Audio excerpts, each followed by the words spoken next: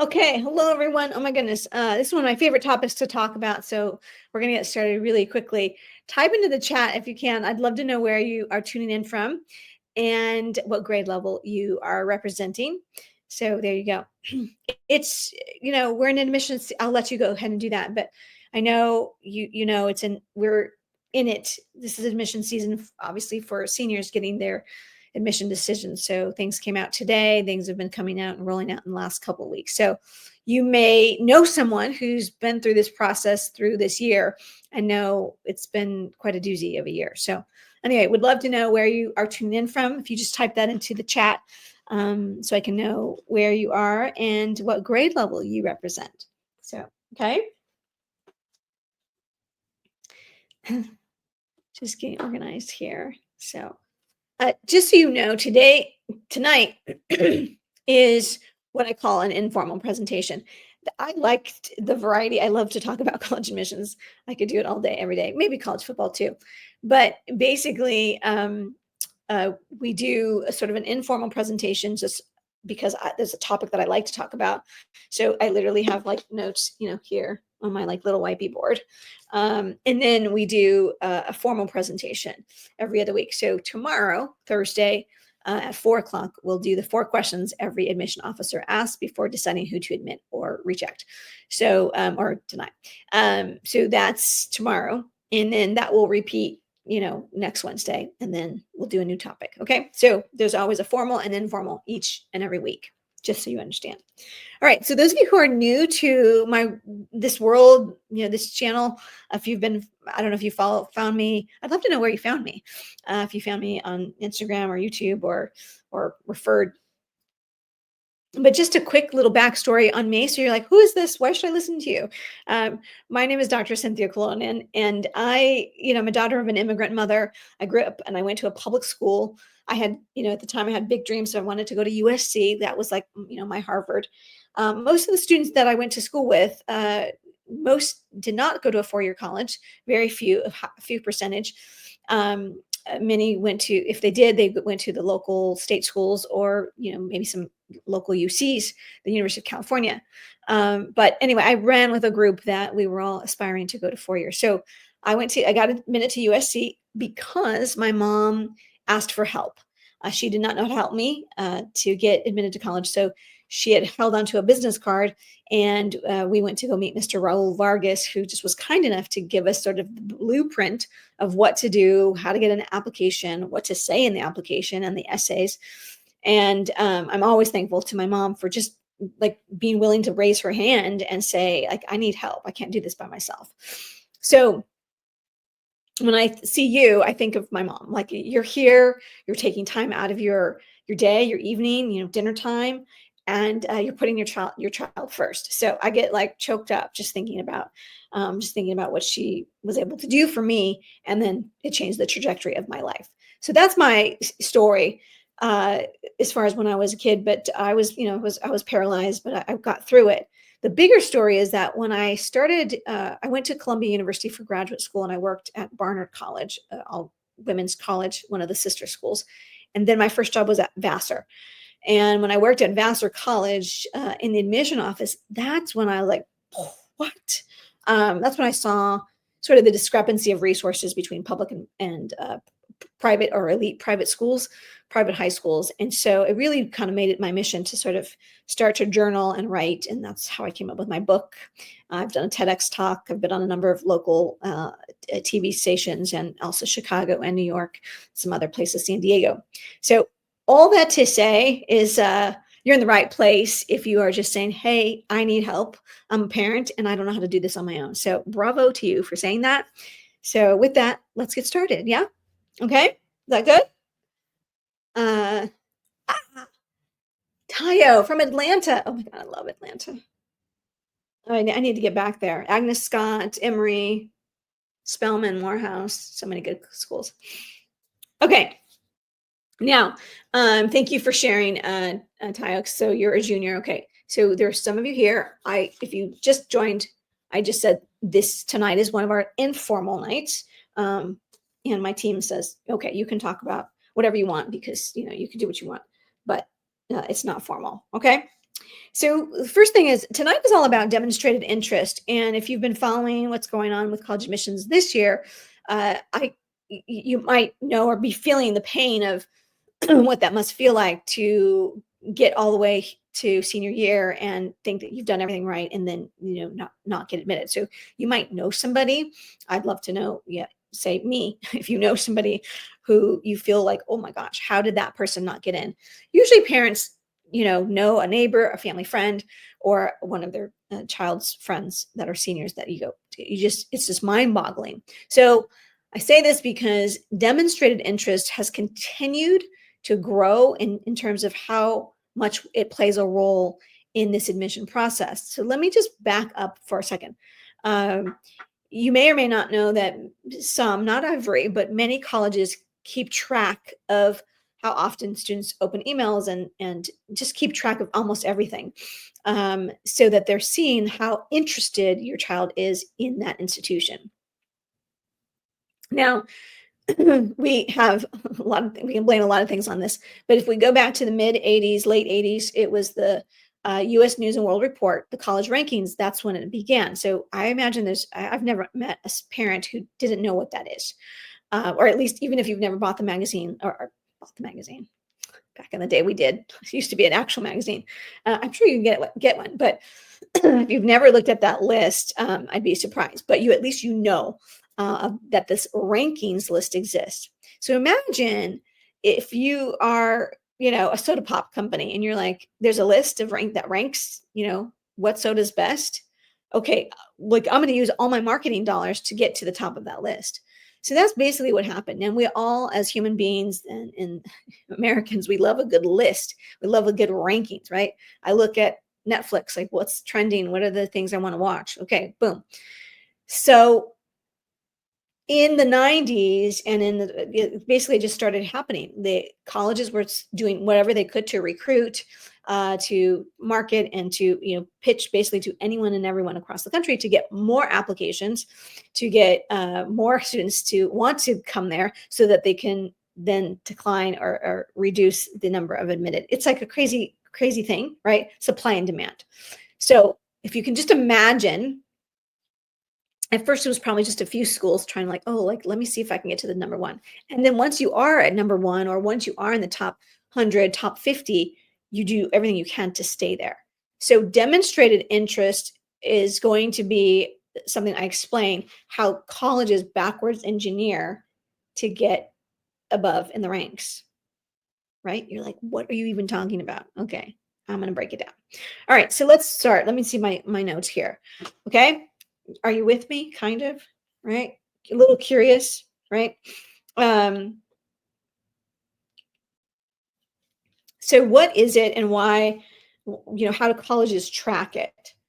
So I want you to imagine, I do sports metaphors or dating metaphors, but, sort of the quintessential high school, like I want to ask this person to prom and I want them to say yes. Well, the first time that you say hello to somebody and meet them for the first time shouldn't be the day you ask them to go to prom, right? Agree, right? So first time your partner, your spouse, asked you out on a date, you probably knew each other before that. So it's sort of that same thinking. Colleges want to be wanted as well. They're like, you want to treat them like people. So if you want to get your, annual birthday card with money in it from grandma or your tia, your aunt, your uncle, you call them or you reach out to them a few times a year. So it's the same concept. So I just want to get that first point through your mind is this. Tattoo it to your brain. The first time a college hears from your son or daughter should not be the day they hit submit on their application. That is almost invariably going to just reduce their chances by easily 50%, if not more. Okay. So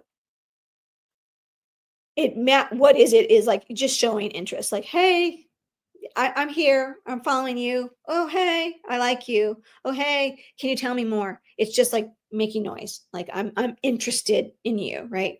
So that person that you want to ask to prom, like every day you say, hi, how's it going? And then when you're, oh, hey, you got nice shoes. I like your shoes today.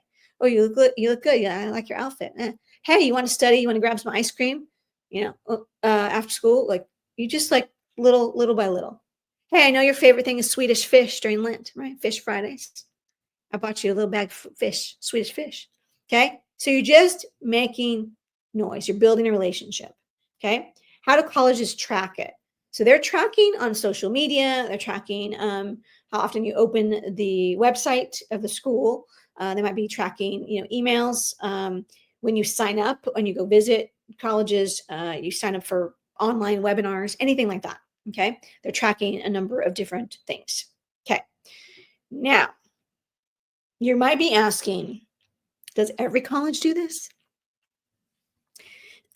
Now, the answer is no. Not every college does it. But the bigger, the real answer is like, most colleges that you're thinking about or that you're trying to access, and if those students those families who find us typically are looking to get admitted to top 100 colleges. So a great majority of those do this. However, your Harvard, Yale, HYPS, Harvard, Yale, Princeton, Stanford, those kinds of colleges, they're not, right? They're not. I mean, they just don't need to. There's plenty of people who want to go there, so they don't need to manipulate their numbers for the sake of yield. Okay, so I'm going to unpack some of those words I just said. Okay, so there is a pool of students. That's the number of applicants. These are some vocabulary words. The number of applications that a school receives. Okay. Then what you tend to know, what families tend to know is like the acceptance rate. What is the percent of applicants that are accepted? Follow? Then from there, once the acceptance letters go out, then there's the number that actually say yes. This number is called the yield rate. The yield rate. Okay. Number of applications, acceptance rate, yield rate.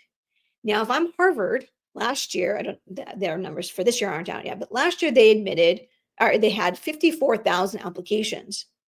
They admitted under 2,000 of those, just under. Okay. And which I think they were under 5% acceptance rate. They brought in a freshman class of like 1850, something like that. Okay. 85 to 95% of for every 100 applications that Harvard admits, 85 to 95 of them will say yes. They have a very extremely high yield rate. That is not true for a great majority of schools. It's probably maybe a handful of schools that have above an 80% yield rate. It's literally, I mean, I can guess. I don't know with all certainty, but it's probably Harvard, Yale, Princeton, Stanford, right? Okay. Everyone else is fighting for the rest of the students who applied to college.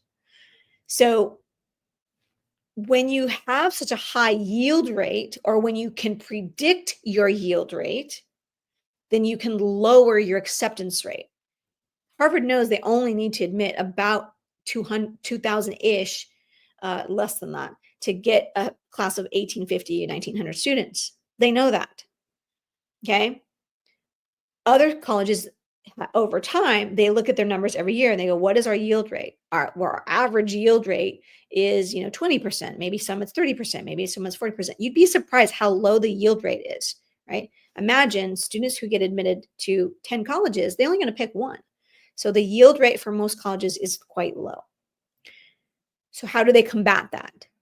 Well, through early decision. We're going to just use early decision as our example.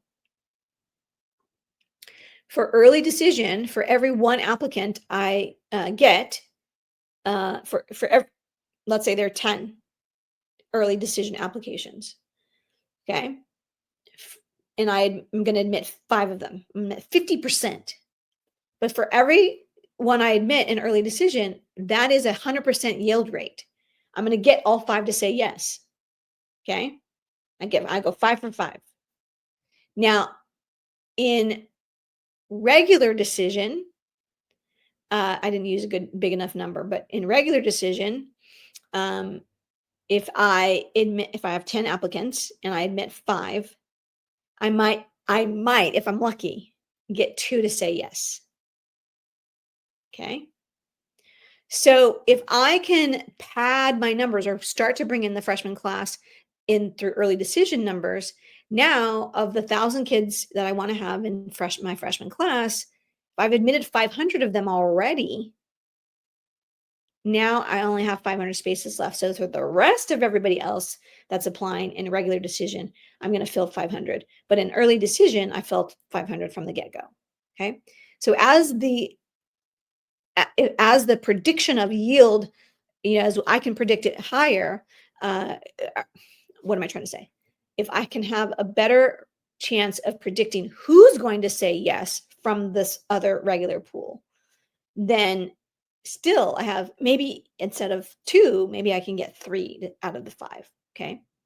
It's not as good as 5 for 5, but it's better than 2 out of 5 or 1 out of 5. Okay. So do you follow? Okay. Tell me if I'm totally losing you. Like, it's a lot. It's a lot. Okay. All right. So that's why it all matters. So to the college, their goal is to reduce their acceptance rate. Okay. So knowing that, I'm sharing with you that your goal, your child's goal, should be to say hello enough times to be even on the radar. Okay. All right. Okay, let's go on. So, how do you show interest? How do you show demonstrate interest? These are going to be a couple of, I'll give you some, I have 7 that I wrote down here, but I should have started with, here's my first hot tip that I tell all my VIP, private clients. The first thing you need to do, if you haven't done this already, is get what I call a family email just for college stuff. I call it your college love mail, your love email for colleges. So get one email that anybody in the family can access and open. And that's what you use to sign up for newsletters, to do anything that has to do with college, because then all of the email will come there. Okay. And don't worry, parents, I'm going to give you a job so that you can be helpful in this process. Okay. So that's the first tip. So here are some 7 ways that you can show interest. Visit the campus, like in person.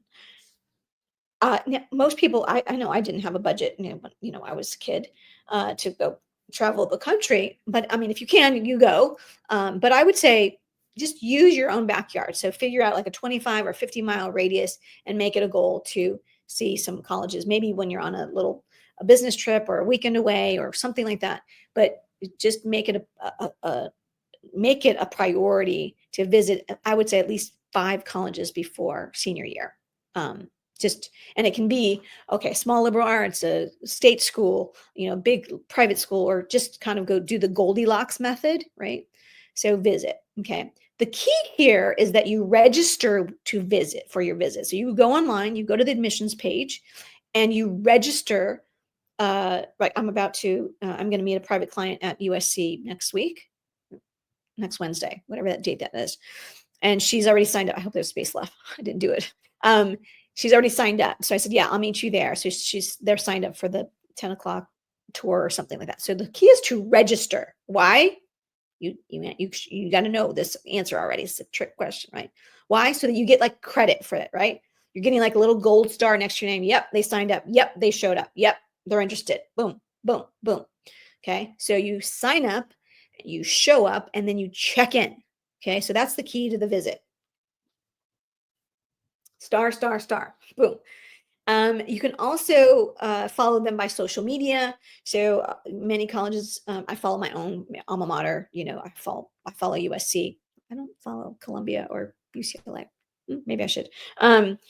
So you can follow on social media and then like things, maybe comment every so often. You don't have to do it every day because you're probably going to be doing this. I would recommend for again, 5 to 10 schools, depending on where you're applying, just to start to show interest and be on everybody's radar. You can also go to college fairs. So some big high schools have college fairs at the high school. I mean, you're lucky. It's a luxury if your high school actually hosts a big fair. But many of you will have to get to what they call regional fairs. So there's some, I think they're going on now in Los Angeles. They're what we call regional. Like for our region, it's WACAC. There's a NEACAC. It's like Western Association of College Admission Counselors. And so whatever your region is, they also have those college fairs. Here's my hot tip on fairs, whether they're at your school or at the regional, like where you're going to drive somewhere to go to the fair. Here's the hot tip. The person at the booth that's representing TCU, SMU, Rice. I don't know why I'm talking about Texas.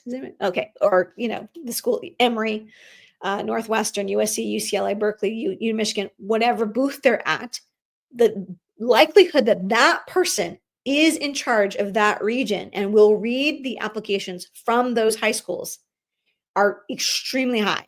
It's like probably 70% or more chance that that person that you're meeting is the person who will read your application. So here's my hot tip. When you go to the booth, you introduce yourself. Don't just grab material and walk away. No, introduce yourself, say hello, and you get a business card. And you say, hi, I'm so-and-so. I go to Palo Alto High School. And I'm wondering, are you the person, in charge of our region? Will you be visiting our school? You can ask a few questions, but you're basically trying to learn if that's your person, if that is the person who will read your application from your high school. Because the magic is get the card. If they say no for whatever reason, then you say, oh my gosh, is there do you have a card for the person who is? What is that? What is the person's name? What you're trying to do is get a name, first name and a last name, and a contact email if you can. Because if you walk away and you try to go look up that person on the website, many colleges have that, but sometimes they make it hard for you. So if you are in the room with the person, get the information then and don't lose it. Okay. And then another hot tip is to follow up with an email. Say, hey, it was great to meet you. Thank you, for answering my question on blah, blah, blah. And I'm excited to apply to blah, blah. So it's a great way to follow up. Okay. With that person. Okay. Let's keep going. Speaking of emails, so there's a give and take on the email. So there will be, once you register for their newsletter or get on their list somehow or meet somebody and register for something, you're going to be now getting all their love mail. So that's what I call the email you're on the accepting side, right? You're on the receiving end. You want to open those emails. This is where mom and dad come in. So now that it's a family email and everybody can access it, now mom and dad, this is where you can be helpful. Your kid doesn't have time to look and open and all of that stuff because it's a deluge of stuff. So open the email, click around, click on the website, click, and then while you're like doing the dishes or whatever you're doing, leave it on, leave it browsing, so that it looks like you were on there for several minutes. Okay. So that's the receiving end of the emails. The shipping end of the emails is sending emails to your rep. Okay. There is conflicting advice on this, right? People are like, oh my God, I don't want to disturb them, or I don't want to make them mad, or I don't want to whatever. Okay. Who wins the prize, right? The person who said hello to the wannabe prom date, 20 times, or the person who said like hi once? A person's not getting the yes for the prom. No, it's not happening. So it's uncomfortable. And I am the first one to say, when I was that age, I'm not sure that I would have done this. So even with my private clients, I actually, this is a lesson we've been going over with the privates last two sessions is, okay, let's go hunting. Let's go find your person. And you're going to, send, 10 emails between now and October, or now and November. Well, and I will say to them, okay, if I tell you the goal is 10 and you did half, that would be great. If I tell you the goal is 5 and you did half, that's like, okay, right? So and it's almost a challenge. Like I say, most students don't do this. Even my private clients, I'm going to tell you, send 10 emails between now and November. Just to say hello, and I tell them what to do and what to say, and the rotation of like what the topics are, or whatever. So I tell them what to do, and most won't do it. Why? I don't have time. I got busy. I don't know. Okay, we didn't make it a priority. Okay, so don't cry when you don't get admitted. Okay, I don't say that to them that harsh. I'm not that harsh. No joke. But Um, it's true. And if you're watching what's happening right now, it's now more than ever, it's like it's very important to sort of get out there sooner rather than later. Okay. So shipping and receiving ends of the emails. Yes? Good? All right. I can't see you. So are you guys with me? This making sense? Type in the chat something. Just give me some feedback. Okay. Right. I know. So much. Okay. Couple more things. Oh, okay. How to show interest. Okay, two more things on my list. You can apply early action or early decision, and that is another way to show, obviously, demonstrate interest. Obviously, the early decision. So let me explain. If you don't know what those terms are, early action and early decision. Okay, there's regular decision and rolling admission. Okay, so rolling admission is my favorite because once the application opens, which once a college is accepting applications, complete applications, usually the earliest is like September, then you can officially submit an application. And rolling admissions means that they're going to, on a rolling basis, to start as they come in, they'll start to admit students. Okay, so I want you to think of this as like your personal checkbook.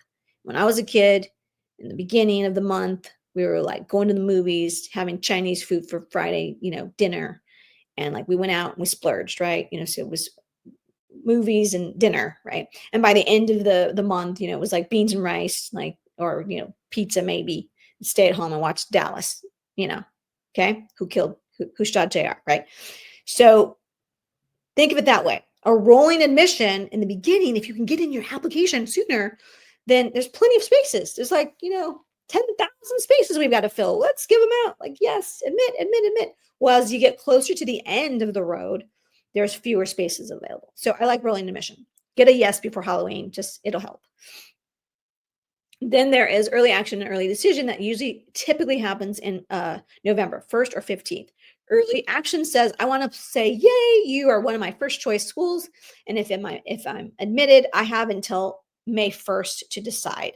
Okay, I don't have to make a choice right now, but I want to declare that this is, a top choice for me. Early decision says, okay, you're going to sign on the dotted line. If you apply and we admit you, you're going to say yes. Remember that 10 and I admit 5 and I get 5 for 5. Okay, that's the early decision process. Early decision. Okay, and then there's some others, not to just bog your mind, but it's like early action single choice, which Stanford and Harvard. Anyway, I can't keep up, but you have to follow the rules of what they say. But there's a few others. Okay. So that's another way of showing demonstrated interest. And then the last way that I have written down here is that there is a question, what we call a supplemental question, that tends to be the one that says, why us? Why, of all the nearly 3,000 four-year institutions, are you applying to our institution? That's what we call the why us. Why do you want to go to prom with me? Why do you want to marry me? Why do you want to take me on a date, right? And the person says, because you're a girl or because you're a boy. That's very general, right? Because you play soccer. Okay, maybe it's better, but you got to be super specific. So the why us answer has to be like the dimples on your cheek sparkle every time you smile, and it just melts my heart. And I can't imagine my life without you. Okay, like something's amazing. So you want to be specific when you visit the college, take notes, figure out what it is seriously that you love, love, love, that this is a choice for you. And so that is another way to show demonstrated interest. Okay. But it takes a lot of work. It's one of the questions that my private clients and I, we work on a lot. And I'll let them turn in generic stuff because that's never going to help. Okay. The last thing I have on my list is what not to do. So here are the what not to do's. Don't ask general questions. Try to be, again, more specific with your questions. So really think about, like, what do I want to major in? Where do I want to live? Do I want to live on campus? Am I going to commute? What kind of clubs do I want to have? Do I want to travel abroad? Do I want to double major? Do I want to major minor? Like, just think of every possible thing that you want, meaning your child, and come up with some questions ahead of time. If you have my book, now that I'm just remembering, if you have my book, Be Committed, Get Admitted, It's in chapter 2. I think it's in chapter 2. It gives you a list of things to ask. So, anyway, lots of ways to get information in my YouTube channel as well. Don't apply to a college that you have no interest in. If you're just applying, like it's just a waste. Um, and also, again, tattoo to your brain. The first time a college hears from you should not be when you apply. Okay, so just show a little bit something before you even get there to hit and submit. Be sure you know don't be that kid. I mean, you're not going to get dinged for this, but like show up to the college fair, get the business card and follow up. Don't go home and like sit on the business card or lose it, right? Follow up. Like it's in the follow up. It's all in the follow up. So follow up, be sure you don't, miss deadlines and you don't lie and exaggerate on your application. Okay? So those are your what not to do's. Okay. I can breathe here. I know I gave you a lot of like fire hose, drinking water from a fire hose, you guys. Those are the things I had to offer. I can give you some more specifics. So if you have specific questions, go ahead and type them in. Let's see. I can see you guys here, but I don't know if you if I flip over here, just trying to see. I'm live in LinkedIn and Facebook and YouTube. I don't know where you guys are, but it might be that I can only see the comments from YouTube. I don't really know. I should know this. Okay, so Tayo, if you have questions, let me know. I'm also going to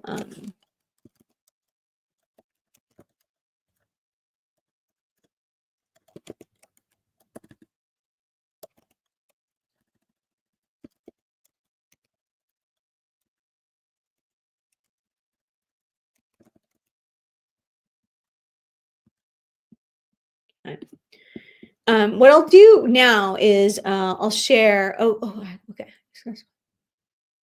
Do you suggest applying early decision? So, poor V, yes. Okay. So I just listed here.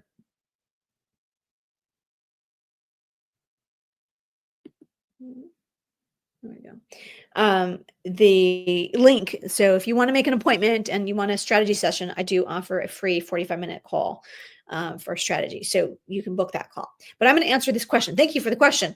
And the question says, do you suggest applying early decision or early action? Yes. So, I mean, maybe you're just joining, but I was just talking about that is one of the ways to show your interest. Now, truth be told, I'm not a huge fan of ED and EA in general, especially ED. And I'll tell you why, because it favors people who can make a decision sooner rather than later. It also favors people who don't need to look at financial aid packages before making a decision. And, it just moves the process, much sooner. That being said, my job is not to tell you really, my opinion, but to help maximize the choices and chances. So it's highly researched and proven that it's a much higher chance of getting admitted to colleges when you apply early decision than not. Okay. There's no guarantee, of course. And for me, when I work with private clients, I say, okay, we're going to pick, you're going to pick the college. Like what are your top 3, 4, top 3 colleges usually.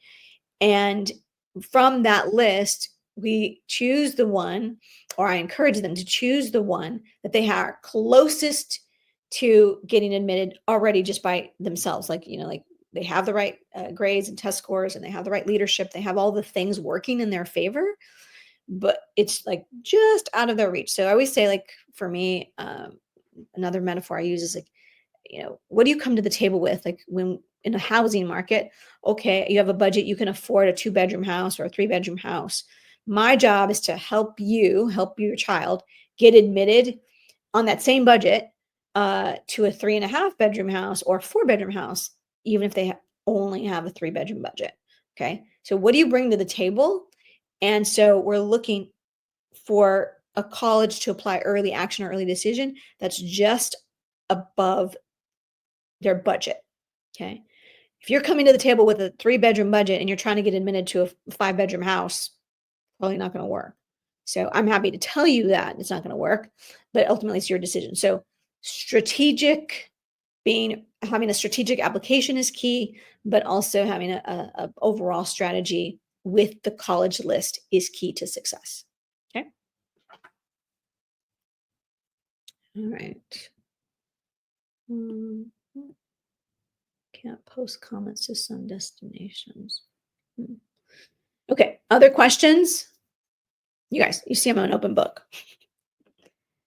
Okay. You need to know, right? Inquiring minds want to know. Yes. Most people don't know this information. You're here, you're getting information it's like gold. Most people don't know.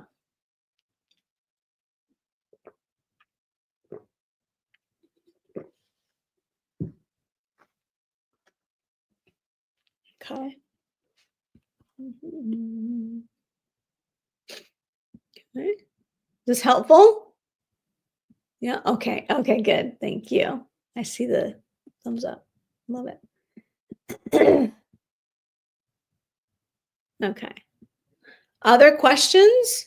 You can type them into the chat. I apologize if you're on Facebook and LinkedIn and you can't post. I don't know. We just started going live in multiple places.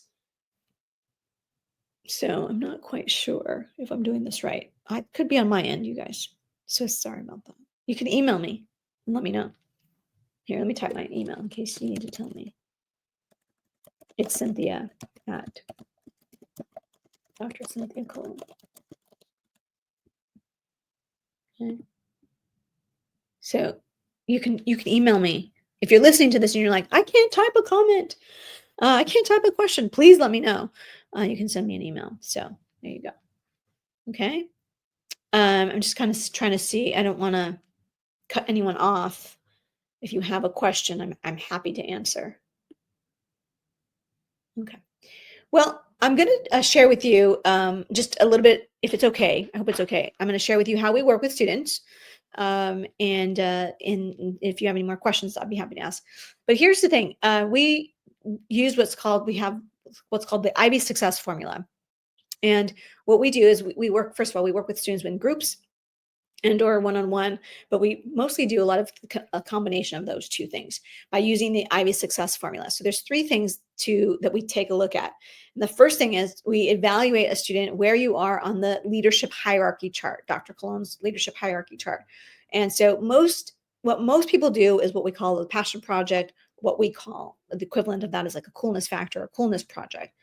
And that's really good, right? It's more than what most people do. So that's going to be about 10%. Those are projects that your child would do with whether anyone paid them or gave them a grade. They just like love doing some kind of cool passion project. Okay. What we call coolness factor. What we're looking for instead is, are you doing an impact project or an intellectual project? Why? Because while level 1, 2, 3, the passion project is level 3, that's going to be about 10% of the pool. So don't get me wrong, it's really good. But if you're trying to be in the top 5%, that's an impact project. Okay. So we work with students on figuring out what their impact project could be and or an intellectual project if they're really shooting for Ivy League. So that's step number 1. Number 2 is what most students do because teachers and parents, this was our reality when we applied to college, was that we wrote one essay, one personal statement. And so what most students do or think that they need to spend a great majority of their time pouring themselves into this one personal statement and putting a lot of effort into that. And don't get me wrong, that's not wrong. However, we say there are 4 essays that you need to have on deck. At least a cadre of 4. So who am I? What am I good at? What's something cool about me? And why this major? Why do you need 4 essays? Because I hate to scare you, but the common application is one personal statement plus supplemental essays for each and every college. So for every college your child adds on, it's going to be an additional 2 to 7 essays. I've done the math, I promise you. And if you live in California, you're also going to submit 4 essays just for the UC system. Okay. So just the UC system plus the common application plus, let's call it 3 other applications. If on the low end, that would be 2 So that's 6, that's 11 essays already. If you just did, 3 colleges plus the UCs with 2 supplements each, okay? So it can get out of control. So your child should not attempt to actually write 11 different essays, or in many of our cases, our campers report that they need somewhere between 18 and 68 essays. No joke. So that is not the strategy at all that we use, right? You need a strategic application, not an application strategy. They're different. So we teach you how to recycle these 4 essays. And if you work with us as an elite or private client, a VIP client, we develop a cadre of about 8 to 10. Okay. So that's the biggest thing. Now, the third component is what I talked about here a little bit, is the list of colleges. It is imperative that everyone in the country doesn't just concentrate on like the 20 that we can all name, but we really take a look at all top 100 colleges. We look at data, the report that colleges put out every year that has specific data we're looking for, where girls can have an advantage, where do boys have an advantage, out of state, in state. It goes on. Early decision, all the stuff. So we take a look at the data to support the list of colleges you apply to. So that's our Ivy success formula. Those are the 3 pillars that we use, or 3 steps that we use. And so if you want to learn more about how to join us and how to work with us, happy to do so. And again, you can hop on and book a call for free. It's a 45-minute strategy call. So if you did nothing else, then you at least learn.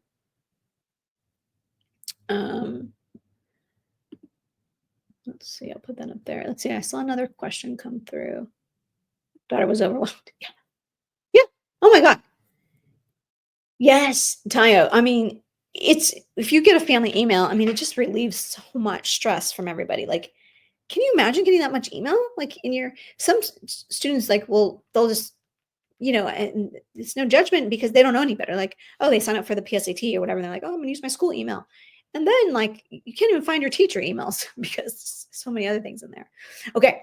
So get a family email. Oh, sorry. I meant to read your question. Do you recommend a second visit if you really like a few colleges? Okay. So I don't necessarily, okay. If you're early years, freshman, like that could work. But for me, it's, what am I doing that adds value every time I do it? Okay. So for me, we teach our students like go on we have a speed date exercise that we do, like set the timer for 5 or 6 minutes and go on the website and like look for this and this and see if you like you should be making a list of like 50 to 70 colleges and then just doing a 5-minute, what we call like a speed date. And then from there, if you then cut that list in half, then you can do what we call a lunch date. And that might be like a 30-minute webinar or little thing that they have online or something else. Maybe they come to visit the school. So that would be like a lunch date, like, okay, like go dip your foot in, right? Going to the campus is like going out to dinner or like meeting the parents. Like you're, committing to like really figuring out, like, is this a good fit for me? So that is the crown jewel of like going through this process. But I also believe you don't have to go to every single, like, you don't use college visits as like your, like what we would call like a lunch date or a speed date. Like that's a lot of time and effort, and not to mention the expense. So what would be the benefit of going twice to a campus? Going twice to a campus is like going on a dinner date and like meeting the parents, like, or meeting the parents like for Christmas, like serious business. So if yes, this is where I want to go, like this is my first choice, and your kid is going to apply early decision or whatever, that's when you go another time. You make sure to say hello to the rep that's there. You might even, if they offer, I don't know if they still offer, I think they do, like overnight visits, like, roll out the red carpet. They'll roll it out for you, that you roll out for them. So that's the only time I say it's worth going for a second visit, because that's just, again, it's a lot of time. Plenty of things you can do from, the comfort of your home and the convenience of your home. Social media, opening emails, all these other things, emailing directly to the person. Okay. Long answer, but I hope that helps.